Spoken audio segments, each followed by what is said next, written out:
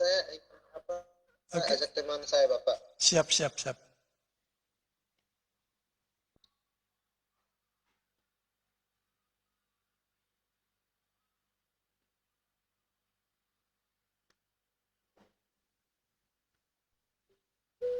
Shalom Bu Yeni, Pak Yunus.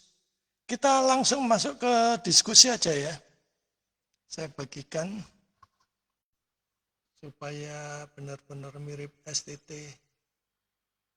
Sama seperti karena ini materinya materi STT.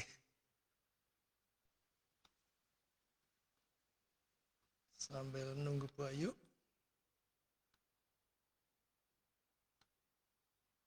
Oke, kita masuk diskusi ini ya. Yang pertama dulu deh. Mengapa Allah menghukum umat pilihannya? Kita diskusi aja, diskusi santai ini. Sambil kalau mau ada yang sharing boleh. Tapi kita bahas ini dulu. Mengapa Allah menghukum umat pilihannya?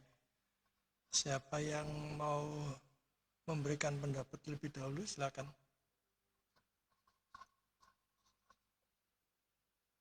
Mengapa Allah menghukum umat pilihannya? Nah, silakan. Mari kita berdiskusi.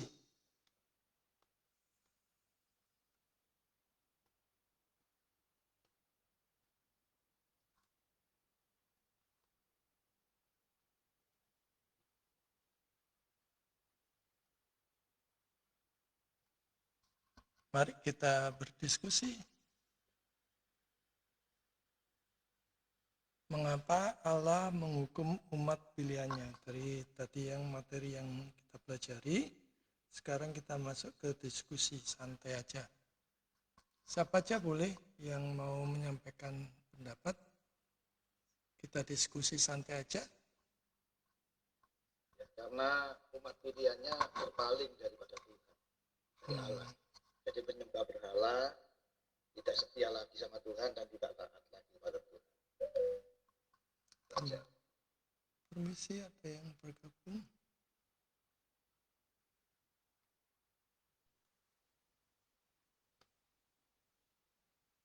Shalom Bu Jesse.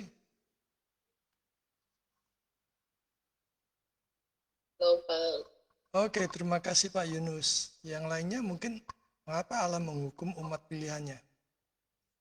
Bu Yeni, silakan. Bu Jesse, silakan. Pak Anto. Karena mereka melanggar perintah Tuhan dan mereka mengabaikannya dan juga mereka menyombongkan diri. Ya. Menyeleweng ya. Ya. Oke, rekan-rekan dari STT silakan. Kalau mau ada pendapat. Siapa nih? Baik. Silakan. Saya Raden. Silakan Pak Raden. Menjawab. Apa saya? Bangsa pilihan Tuhan itu mereka menyerang dari hukum Tuhan, dari perintah Tuhan, sehingga terjadi Tuhan mereka, karena itu juga salah satu dengan berikan mereka satu pengertian supaya mereka mengerti, mereka mengerti bahwa perintah Tuhan yang tidak boleh dilanggar. Sekian, terima kasih Bapak. Ya, terima kasih Pak Raden. Yang lainnya silakan. Pak Anto, silakan. Apa alasannya? Mengapa Allah menghukum umat pilihannya? Kalau menurut saya sih karena Allah itu sayang dengan umatnya ya. Sayang karena tidak mau melihat bahwa umatnya itu berlarut kepada kesalahan yang fatal. Jadi Permisi, ada sebentar Pak, ada yang bergabung nggak? Siapa ini? Permisi ya. Izinkan. Oke, silakan lanjut Pak Anto.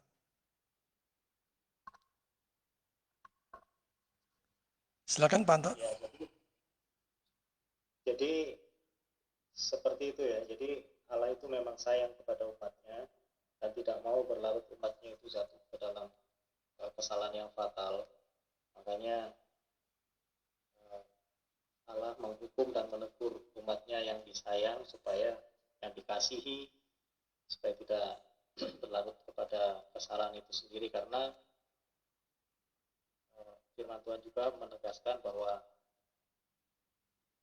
Allah itu adalah Allah yang cemburu, jadi tidak mau Allah itu dituakan ya, seperti yang firman Tuhan katakan, jangan ada padamu Allah lain di hadapanku. Seperti itu intinya sih, saya rasa seperti itu Pak. Terima kasih.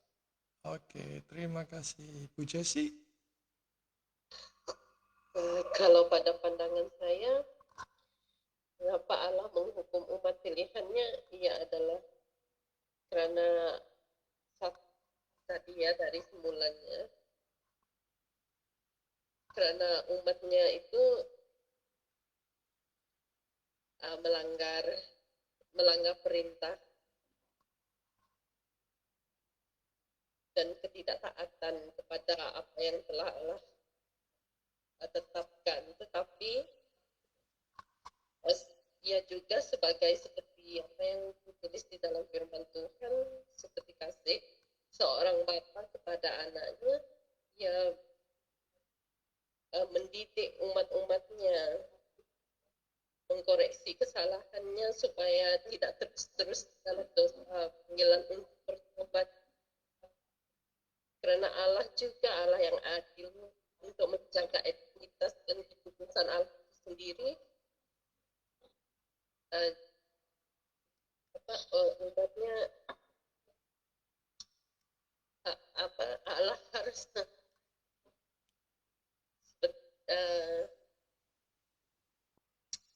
merupakan panggilan untuk memulihkan bangsa ya, supaya berbalik jalan yang benar. Begitulah Pak. Oke, yang lainnya masih ada? Silakan. Silakan kalau mau sharing juga boleh. Kalau mau menjawab mengapa Allah menghukum umat pilihannya, kita diskusi santai saja. Salam dari Salam Bung Gerald. Ya, silakan. Saya mau izin menjawab kenapa Tuhan menghukum. Kenapa Allah menghukum umat pilihannya? Karena umat pilihannya itu mereka menganggap perintah-perintah Tuhan, sehingga Allah mengizinkan ada hukuman terjadi, dan karena mereka berbuat dosa dan Allah mengizinkan hukuman tersebut terjadi. Ya. Terima kasih Bung Gerald. Ya, yang lainnya silakan. Kalau masih ada di luar Bung Gerald, silakan.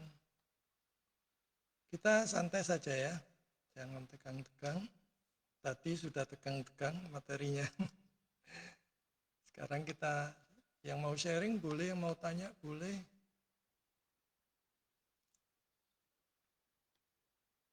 Ya, ada?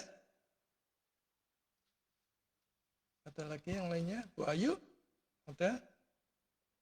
Mengapa Allah menghukum umat pilihannya?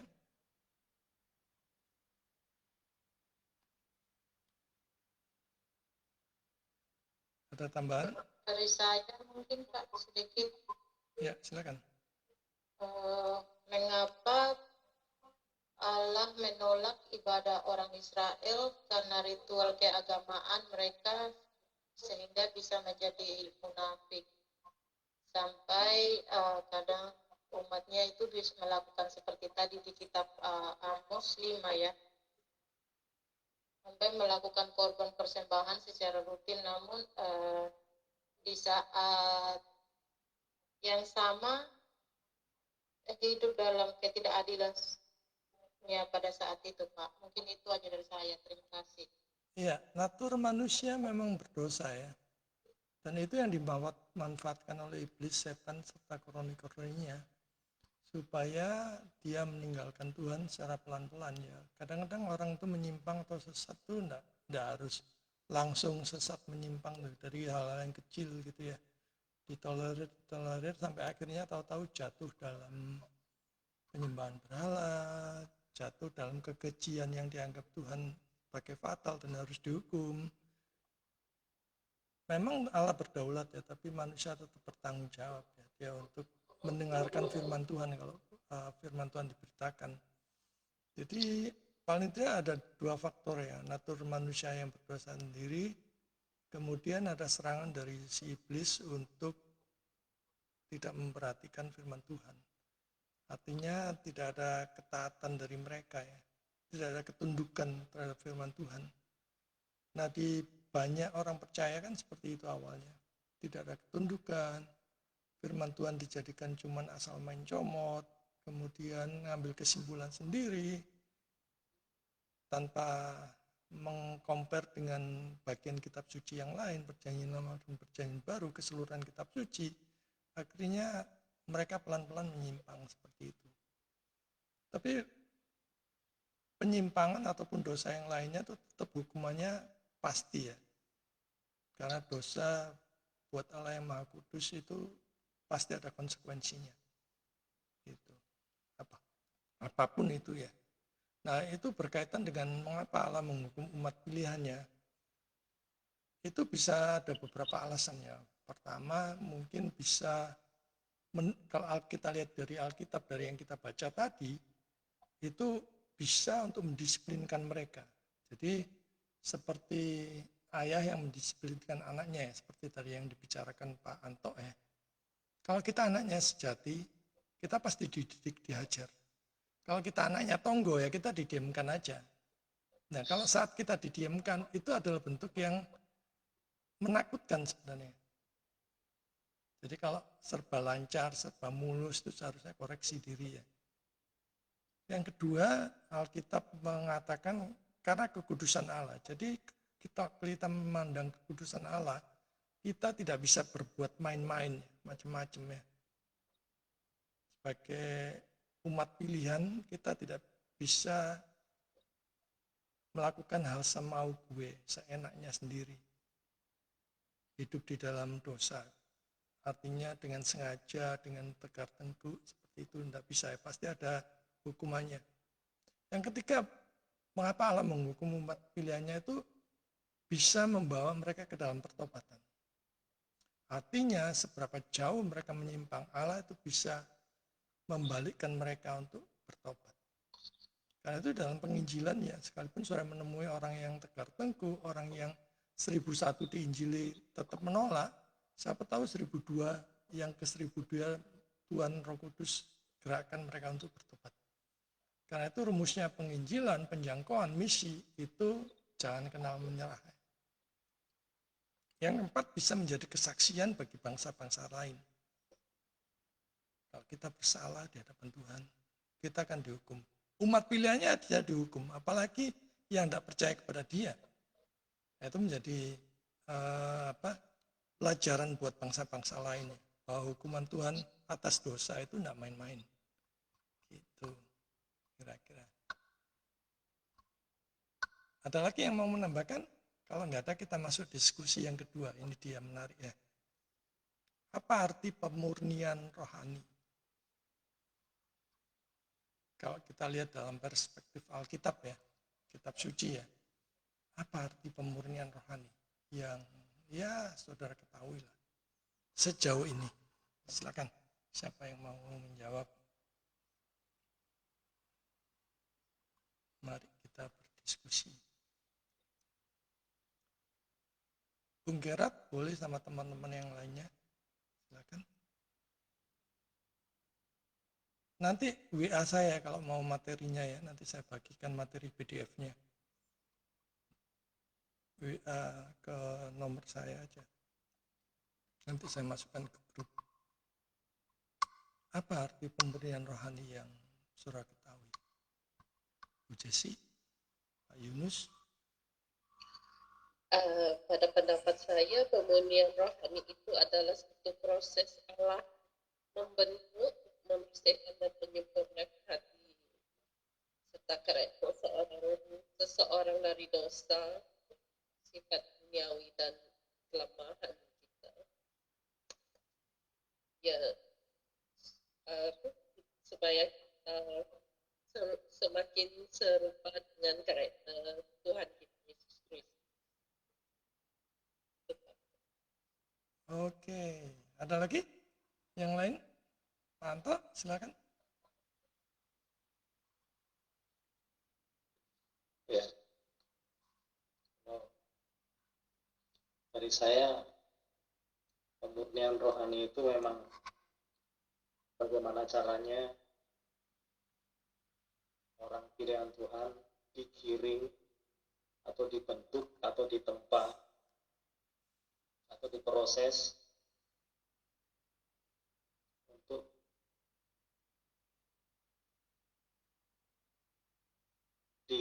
diubahkan dan menjadi seperti kita ini, jadinya seperti remnant tadi yang katanya Pak Ibus, untuk menjadi orang-orang pilihan. Jadi pemurnian rohani itu kalau menurut pemikiran saya ya memang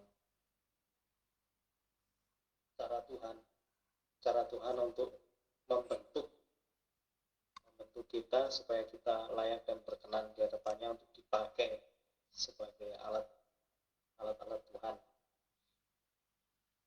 Tuhan percayakan seperti itu. Permisi, ada yang bergabung kah? Oh iya, sebentar ya, sebentar Pak. Ada yang bergabung.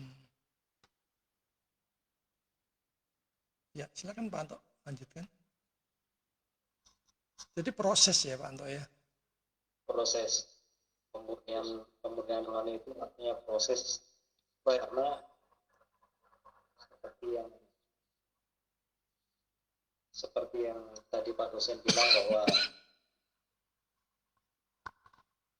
Allah itu adalah Allah yang esa, Allah yang kudus, Allah yang suci dan adil. Jadi tidak ada kompromi. Jadinya di situ itu memang tidak ada kompromi.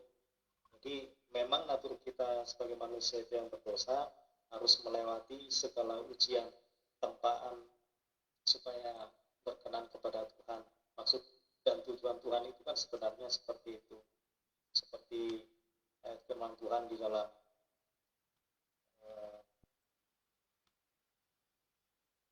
Ibrani 4 ayat 12 itu yang dikatakan di sana bahwa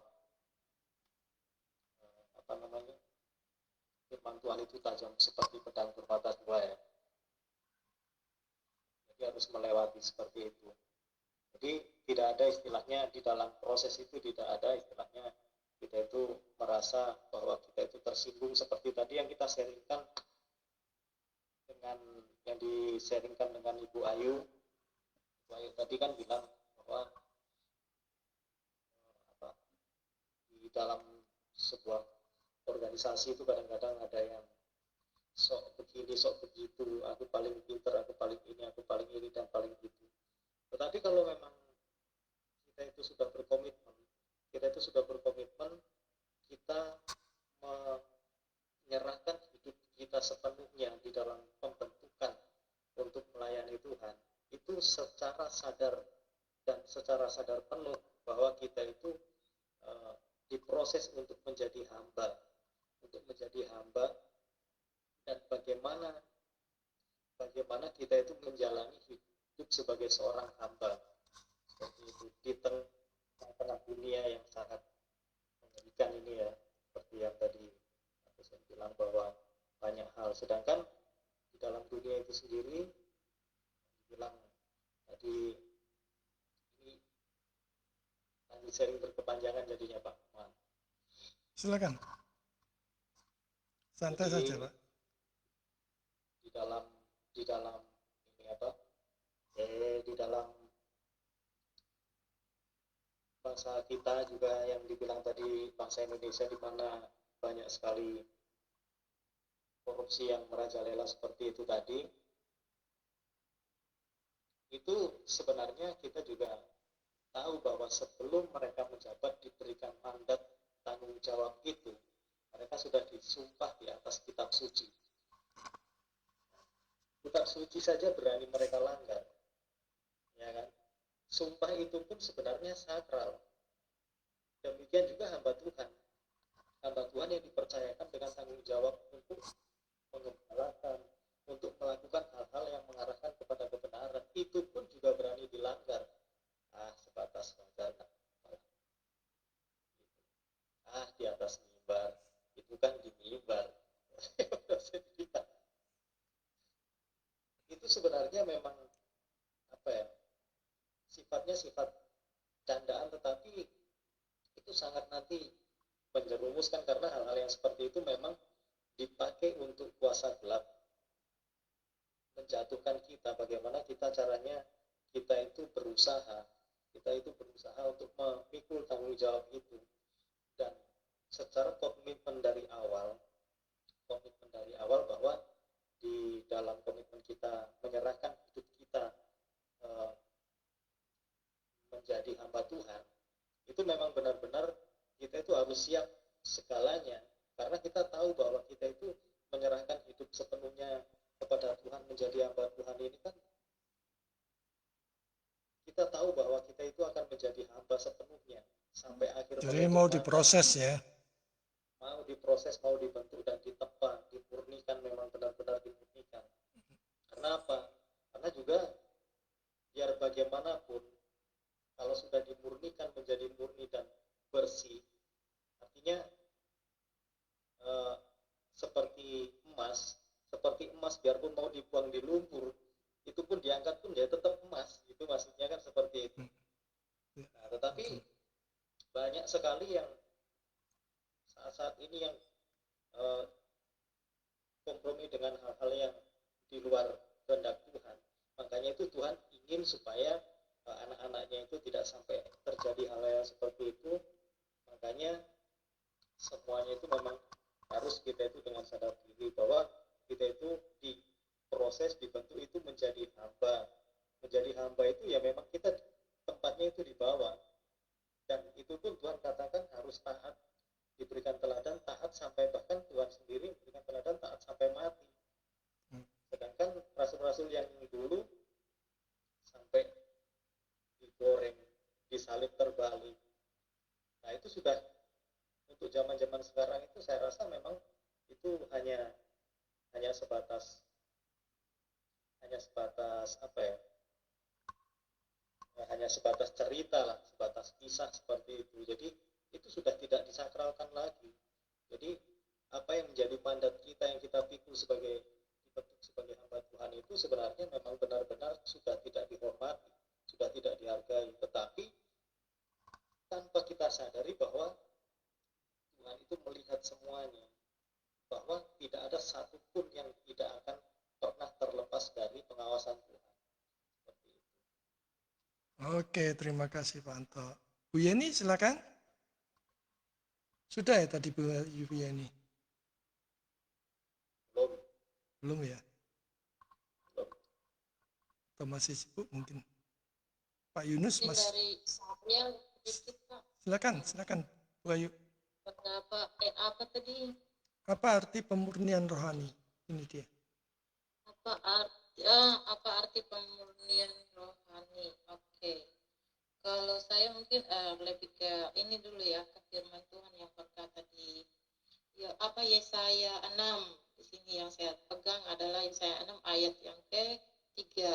Silakan dibacakan Bu.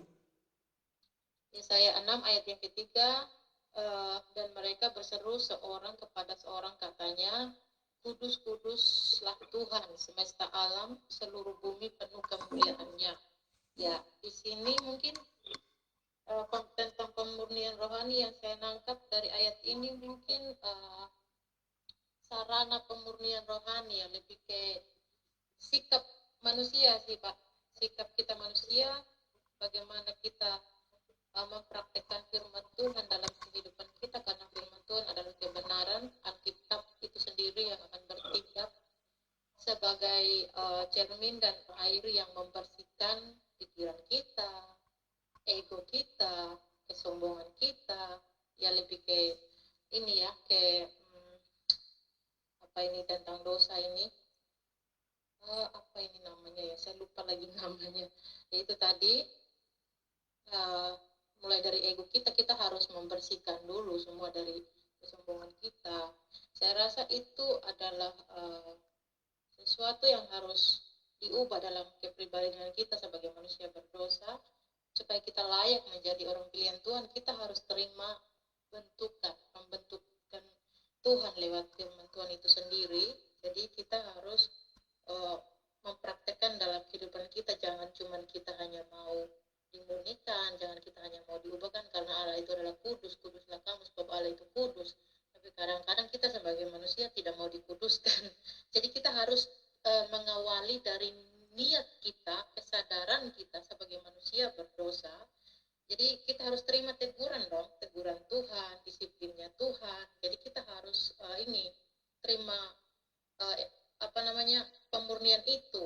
Kita harus sadar sebagai manusia berdosa, introspeksi diri itu penting supaya ego kita itu dikikis, dihilangkan dari segala egonya kita sebagai manusia ini. Lewat kebenaran firman Tuhan, kita harus menyadari bahwa firman Tuhan itu berkata Dia adalah Allah yang kudus. Jadi kita juga di Tuhan inginkan hidup kita ini agar menjadi kudus sama seperti Dia kudus, sesuai yang berkata di dalam kitab 1 Petrus berapa itu, saya lupa ayatnya, nanti saya baca.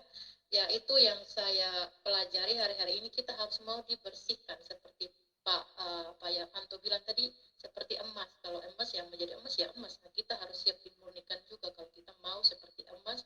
Kalau kita mau menjadi kudus di hadapan Tuhan, kehidupan kita juga harus mau dibentuk, kita harus mau diubah.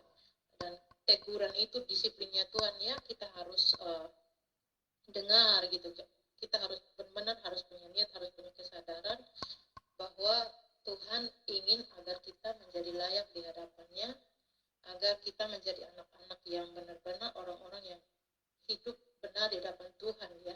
Itu salah satu cara untuk membantu hidup kita tuh untuk meluruskan jalur yang salah, motivasi yang salah, agar kita jangan sampai menjadi orang-orang Kristen yang tidak sadar. Padahalnya dalam pelayanan, dalam kehidupan kita ini sebenarnya banyak menyimpang, banyak lari jauh dari Tuhan. Nah, di sini itu poin pertamanya ya, sarana pemurnian yang menurut saya. Tujuan pemurnian Tuhan secara rohani ya itu dari karakter kita juga mungkin kita merasa kayak fine aja, aku udah benar kok, aku udah anak Tuhan kok, tapi kadang-kadang karakter kita ini belum benar gitu, belum beres di hadapan Tuhan. Kita belum bisa menghilangkan sifat buruk kita seperti hari-hari ya.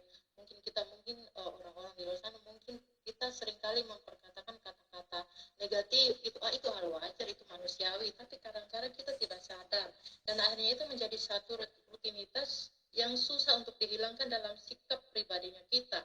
Nah, akhirnya itu kita melakukannya dengan cara tanpa tidak sadar gitu. Mungkin kita menyakiti, mungkin kita membenci, kita anggap itu biasa aja gitu kan, tapi egoisnya kita itu, egoismenya kita itu susah untuk dihilangkan. Mungkin kita harus terima prosesnya Tuhan itu secara menyeluruh. Nah, itulah tujuan pemurnian rohani yang harus kita terima pembentukan dari Tuhan supaya kita bisa menjadi kudus karena Allah itu adalah kudus. Jadi kita harus mau punya niat, benar-benar punya kesadaran yang benar-benar takut sama Tuhan agar iman kita dimurnikan, hidup kita dikuduskan sama seperti Dia kudus. Mungkin itu dari saya Pak Dosen. Oke, terima kasih Bu Ayu. Rekan-rekan yang dari STT silakan kalau ada mau tambahan. Silakan kita santai aja, diskusi santai aja di sini. Kalau ada yang mau menambahkan atau yang belum memberikan jawaban, silakan. Ada? Apa arti pemurnian rohani? Itu kalau bagi saya itu pemurnian rohani itu kadang-kadang kita juga lewat pemurnian itu Tuhan menguji kita dari hal-hal duniawi. Sekarang kita juga meninggalkan jalan yang tidak baik. Dan juga kita itu harus siap diproses, dimurnikan lewat masalah dan juga lewat apapun yang terjadi yang buruk-buruk lewat kita, dari dosa kita dan apapun itu, kita pasti lewat hal itu kita dimurnikan. Dan juga segala egois kita dan juga hal-hal buruk yang tidak baik, dan di situ kita harus terima dimurnikan. Diproses lewat ya. itulah Tuhan menguji kita. Prosesnya itu memang nggak ada yang mulus, tapi itu prosesnya itu menyakitkan, nggak ada yang senang-senang. Karena seperti orang di sepupu kita lah yang muslim gitu, mereka itu mereka itu kenal Tuhan. Nah, apalagi kalau mereka dapat kelihatan, maksudnya melihat Tuhan Yesus. Kalau yang pendetaku sering ini dia doakan orang itu selalu ada penglihatan terima Yesus gitu. Jadi mereka awal mereka itu doa mereka cepat sekali dijawab. Nanti lama-lama mereka mulai malas. Akhirnya saat Tuhan mengirimkan cobaan ini, akhirnya mereka itu jatuh. Padahal Tuhan itu lagi memproses untuk memurnikan iman mereka supaya mereka kuat gitu. Jadi lewat kita di sini juga dan proses pemurnian rohani itu memang kita harus sadar dan juga siap-siap diproses, dan apapun masalah itu kita harus koreksi bahwa itu adalah proses yang dari Tuhan. Contoh kalau saya dulu seperti majikanku dulu, dan di situ majikan ini memang prosesnya benar-benar menyakitkan, menjengkelkan, pokoknya ada-ada saja. Sedangkan saya saat itu aku pengen pindah, teman-teman aku bilang kamu pindah aja, ngapain kamu bertahan di situ. Tapi saya merenungkan, saya tahu Tuhan, saya di sini Tuhan lagi proses saya. Seandainya saya di sini tidak tahan uji atau tidak ditahan uji dalam majikan ini, mungkin di luar sana Tuhan mungkin lebih menyakitkan lagi ujian di luar sana. Jadi aku harus lulus dengan ujian ini. Dari situ saya merenungkan dan saya mau lulus dari ujian ini, dan juga Tuhan, saya selalu sadar Tuhan, saya tahu Tuhan ini adalah ujian, ini adalah pemurnian, dan imanku sedang diuji gitu. Jadi setelah itu puji Tuhan, setelah 4 tahun saya keluar dari majikan itu, puji Tuhan aku dapat majikan yang baik ini. Yang memang seandainya dulu aku nggak tahan uji di dalam majikan itu, mungkin di luar sana ujiannya mungkin lebih besar lagi. Karena saya sadar ini adalah ujian, lebih murnikan. Oke, terima kasih Bu Yeni. Ada lagi saudara-saudara yang dari STT kalau ada yang mau nambahi? Atau Pak Yunus? Pak Yunus sudah ya tadi ya? Baik, arti pemurnian rohani. Kalau menurut saya, arti pemurnian rohani itu adalah satu proses yang terjadi dalam pertobatan.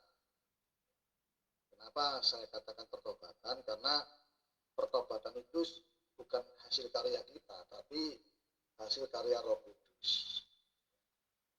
Jadi itu yang pertama. Kedua, pertobatan itu tidak dilakukan sekali, tapi setiap hari. Itulah sebabnya disebut proses. Yang memproses siapa? Ya Tuhan. Supaya kondisi kita bisa lebih baik. Mengalami satu perubahan, baik pikiran, hati, tingkah laku, perbuatan kita. Itu mengalami satu perubahan yang lebih baik. Sehingga goalnya adalah sama seperti Kristus. Firman Tuhan berkata, hasilkanlah buah sesuai dengan pertobatanmu. Nah, semua itu melewat proses. Itulah sebabnya saya katakan pemurnian rohani itu adalah satu proses di dalam pertobatan. Jadi orang bisa berubah lewat pertobatan. Apapun juga lewat pertobatan. Itu yang terpenting. Dan itu adalah proses daripada pemurnian rohani. Itu saja Pak. Terima kasih Pak Yunus. Ya, saudara-saudara yang dari STT silakan kalau ada yang mau nambahi, kita diskusi santai aja, jangan tegang-tegang. Biasa Pak, kalau di STT tuh kalau udah diskusi itu tegang semua. Ayo silakan, santai aja. Bung Gerald tadi sudah ya. Nah, siapa lagi? Silakan kalau mau ada yang menambahi. Ya Bapak. Saya tambah sedikit Pak, Ya silakan Bu Jesi. seperti yang tertulis di dalam kitab Yohanes mengatakan, ia harus semakin besar, aku harus semakin kecil. Begitu Bapak. Oh, ya. Itu di dalam setiap pelayanan kita mesti harus ingat seperti itu ya. Yang penting Yesusnya yang ditinggikan, yang makin besar kita tidak kelihatan tidak apa-apa. Asal Yesus makin dikenal, puji Tuhan ya. Oke, Pak Anto, ada yang mau sharing? Disaringkan? Siapa aja boleh sharing. Sekarang sesi diskusi sudah kita dapat semua ya. Masukan bahwa sepakat bahwa oh ya, silakan Pak Kerat. Ya Pak, saya cuma jawab pemurnian rohani itu adalah bagaimana proses ketika Tuhan membentuk seseorang, membersihkan seseorang dan mendewasakan kehidupan orang percaya sehingga karakter iman dan hidupnya semakin serupa dengan Kristus. Ini seringkali terjadi melalui kita mengenal firman Tuhan, kita membaca firman Tuhan, kita mengalami karya Roh Kudus, kita berdoa dan melalui ketaatan, bahkan kita di dalam pencobaan, kita bahkan melalui pencobaan dan penderitaan. Ya, terima kasih. Jadi seperti Pak Yunus bilang tadi ya, proses itu memang seringkali nggak enak sama sekali. Ya itulah kalau kita mau dimurnikan Tuhan ya, cara Tuhan kadang-kadang di luar dugaan kita, maunya Tuhan apa. Tapi kalau kita mau dimurnikan ya memang kita harus taat, tunduk seperti itu. Ya terima kasih ya, puji Tuhan diskusi kita luar biasa malam hari ini. Sekarang kalau ada yang mau sharing di luar. Dari saya sedikit mungkin Pak, Oh firman boleh. Tuhan ayat favorit saya itu di Filipi 3 ayat 8 Ya yang dibacakan berkata, Bu. ya, Filipi 3 ayat 8 itu ayat favorit saya, di mana waktu itu saya mulai mengalami pertolongan Tuhan dalam hidup saya. Awal bertobatnya itu di 2015. Ini saya pegang ayatnya itu sampai sekarang itu. Ya, silakan. Itu dari pelayanannya seorang Rasul Paulus yang luar biasa, berkata, malahan segala sesuatu ku anggap rugi karena pengenalan akan Kristus Yesus Tuhanku lebih mulia daripada semuanya. Oleh karena dialah aku telah dilepaskan semuanya itu dan menganggapnya sampah supaya aku memperoleh kasih Kristus. Ini sangat-sangat kuat sekali dalam pribadinya saya, di mana ayat firman Tuhan ini menegur saya secara pribadi. Mungkin dulu saya adalah orang yang berdosa sekali, yang ya sekedar orang Kristen yang hanya ke gereja gitu, tapi tidak sungguh-sungguh mencari Tuhan gitu. Tapi setelah saya menerima proses Tuhan, saya mendapatkan ayat ini waktu pertama kali saya sekolah Alkitab di gereja. Dan setelah itu saya ketemu Pak dosen juga, kita mulai ikut kelas teologi. Pada saat itu masih bingung banget, tidak ngerti apa itu kebenaran. Waktu di Kendang Sari itu ya? Iya. Tahun berapa itu Bu? 2000 berapa ya Pak ya? 2017 ya? Itu 16 atau 17? 16. Baru dari Singapura ya? Ya, baru di situ. Dulu bukan STOTS ya, apa dulu Pak? Dulu DEPS, dulu namanya DEPS, Discipleship Explosion Bible Study. Dari ayat firman Tuhan ini tuh saya ditampar banget. Saya ingat banget satu hari yang saya ikut kelas onsite dengan Pak dosen pada saat itu tuh, Pak siapa itu lagi ngebahas tentang Pak Ferry. Pak Ferry. Pak Ferry itu lagi ngebahas tentang karya Roh Kudus, bagaimana Roh Kudus bekerja, dan materinya memang lagi bahas tentang karya Roh Kudus pada saat itu. Di situ saya merenungkan ayat ini, bagaimana Tuhan itu bekerja lewat Rasul Paulus ini. Semuanya itu anggap rugi, ku anggap sampah supaya aku memperoleh kasih Kristus. Wah, di situ prosesnya bukan main Pak. Saya dapat ayat ini tuh benar-benar kayak Rasul Paulus aja loh, seorang pembunuh, seorang penjahat, Tuhan bisa ubah karena dia mengalami Tuhan secara pribadi, karya Roh Kudus bekerja dalam kehidupnya. Di situ tuh saya benar-benar berlutut sama Tuhan, saya minta ampun sama Tuhan. Saya bilang, Tuhan luar biasa, selama ini apa yang kuanggap itu baik buat saya, pekerjaan saya dan lain sebagainya, tapi kalau tidak ada Kristus di dalam aku ini bukan siapa-siapa, aku cuma sampahnya dosa yang Tuhan pulihkan, yang Tuhan selamatkan, sama seperti Tuhan selamatkan kehidupannya Rasul Paulus. Di situ saya benar-benar mengimani bagaimana karya Roh Kudus bekerja dalam kehidupan saya. Singkat cerita, saya pulang ke Singapura itu Pak, dulu sampai di sana saya diarahkan lagi untuk sekolah Alkitab itu. saya benar-benar waktu itu Itu setelah Adaya ya? sebelumnya Setelah Adaya ke STI, bukan?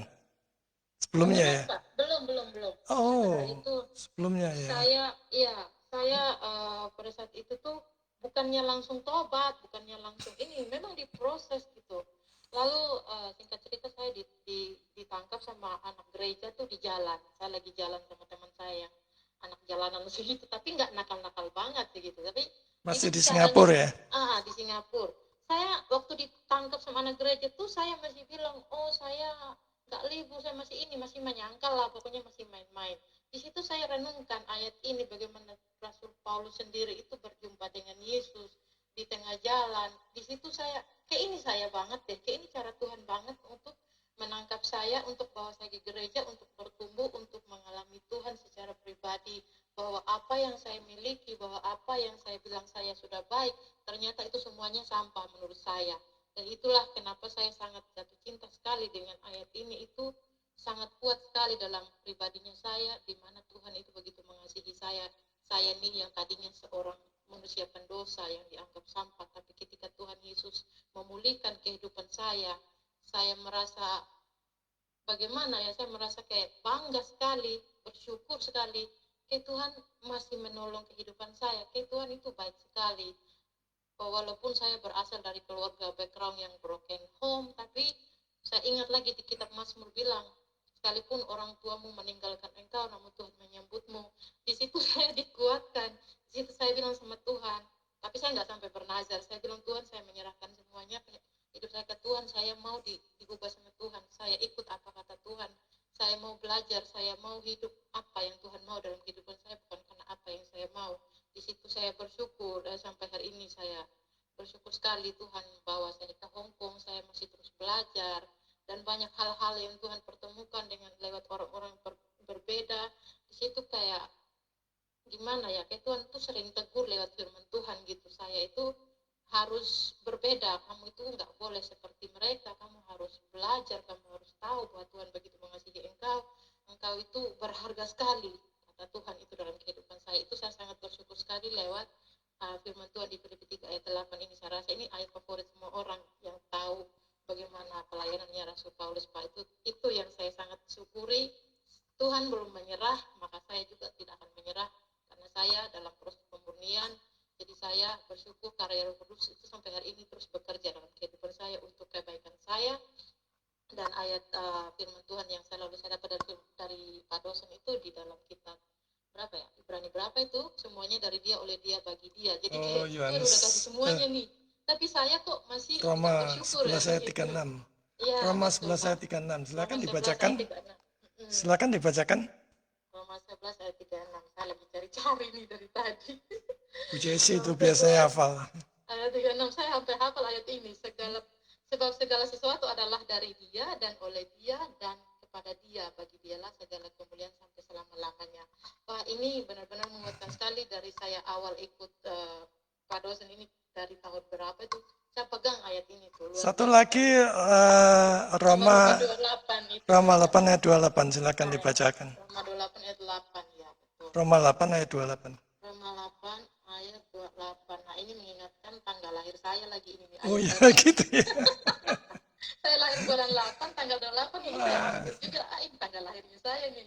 Ya, demikian firman Tuhan di Roma 8 ayat 8. Kita tahu sekarang bahwa Allah turut bekerja dalam segala sesuatunya untuk mendatangkan kebaikan bagi mereka yang mengasihi Dia, yaitu mereka yang terpanggil sesuai rencana Allah. Jadi saya percaya ayat firman ini kita yang mengimani, kita percaya bahwa kita semua ini adalah orang terpanggil. Nah, sekarang kembali kepada pribadi saya, apakah saya meresponi panggilan Tuhan, apakah saya sungguh-sungguh sudah mengasihi Tuhan?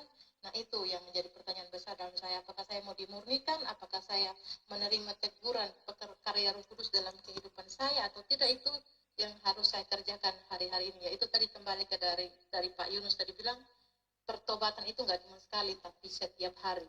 Nah, itu. Kalau kita adalah orang-orang yang sadar diri, kita mau bertobat sungguh-sungguh sama Tuhan, saya percaya karya Roh Kudus, karyanya Tuhan dalam kehidupan kita itu nggak akan sia-sia gitu Pak. Mungkin itu dari saya. Terima kasih Bu Ayu. Yang lainnya ada tambahan dari rekan-rekan STT kalau ada, silakan. Ada? Kalau ada yang mau sharing lagi, silakan. Masih ada waktu 15 menit itu. Kita manfaatkan waktunya. Kita bersyukur ya, kita bisa sharing begini, bisa belajar banyak hal selain dari materi yang kita pelajari malam ini. Nanti materinya saya bagikan, PDF-nya. Khusus untuk rekan-rekan STT, silakan WA saya, nanti langsung biar saya bisa kirim materinya. Ada? Nggak ada? Kalau nggak ada, kita mengucap syukur. Ada? Nggak ada ya? Ada Pak Anto? Silakan. Mau nambahkan sedikit. Oh silakan, monggo, monggo. Jadi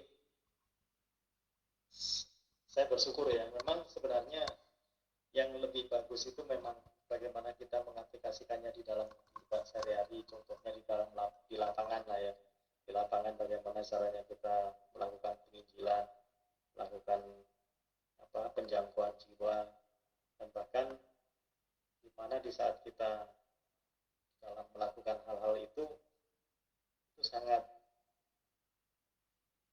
menentukan sekali ya, sangat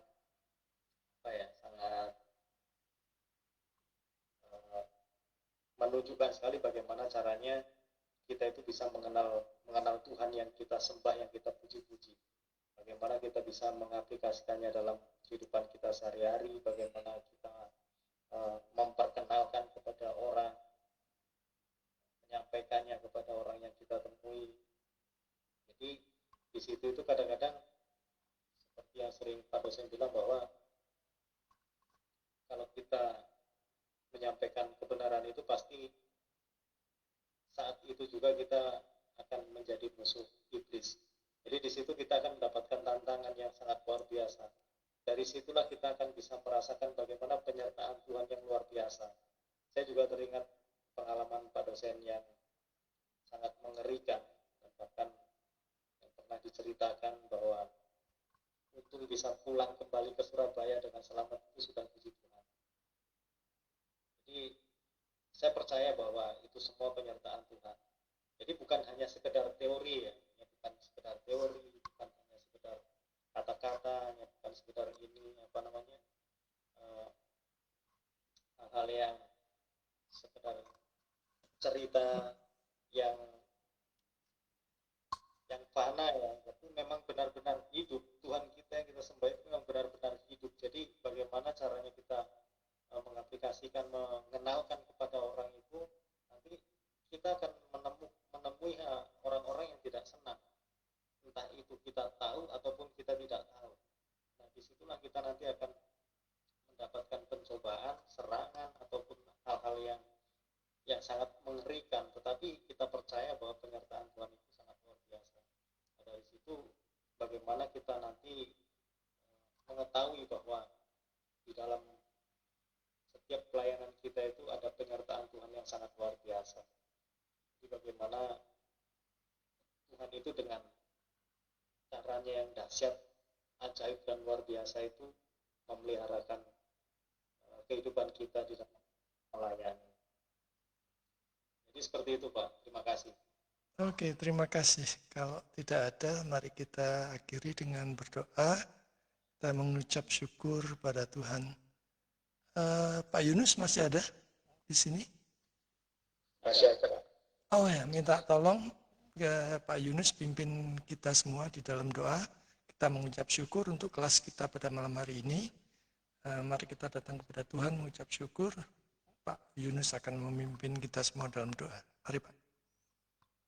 Bapa, di dalam nama Tuhan Yesus Kristus mengucap syukur kepadamu. Pada malam hari ini kami sudah dituntun, diajar dengan satu pengajaran yang luar biasa, dan juga kami boleh bersharing bersama, berbagi pengalaman dan pengetahuan bersama rekan-rekan hari ini. Dan bersyukur juga Tuhan memberikan internet yang baik, tidak putus-putus, sehingga semuanya boleh berjalan dengan baik untuk kemuliaan Tuhan. Terima kasih Tuhan, malam hari ini kami semua akan istirahat. Kiranya Tuhan menyertai, melindungi, memberkati kami. kami di kami istirahat ini, memberikan kesehatan dan kekuatan yang baru, sehingga besok pagi kami boleh bangun kembali di dalam keadaan yang sehat. Di dalam nama Tuhan Yesus Kristus, kami ucap syukur dan berdoa. Amin. Amin. Ya, Amin. terima kasih Pak Dosen. semuanya. Silakan nyalakan kameranya, saya foto. Oke. Nyalakan kameranya, 1, 2, 3. 1, 2, 3. 1, 2, 3. Oke, terima kasih untuk waktunya. Shalom semua. Terima kasih Pak. Tuhan Semuanya, memberkati. Bu Desi, Kak Ya, Yeni, Pak Yanto. salam. Tuhan yang berkati. Tuhan Yesus berkati. Salam.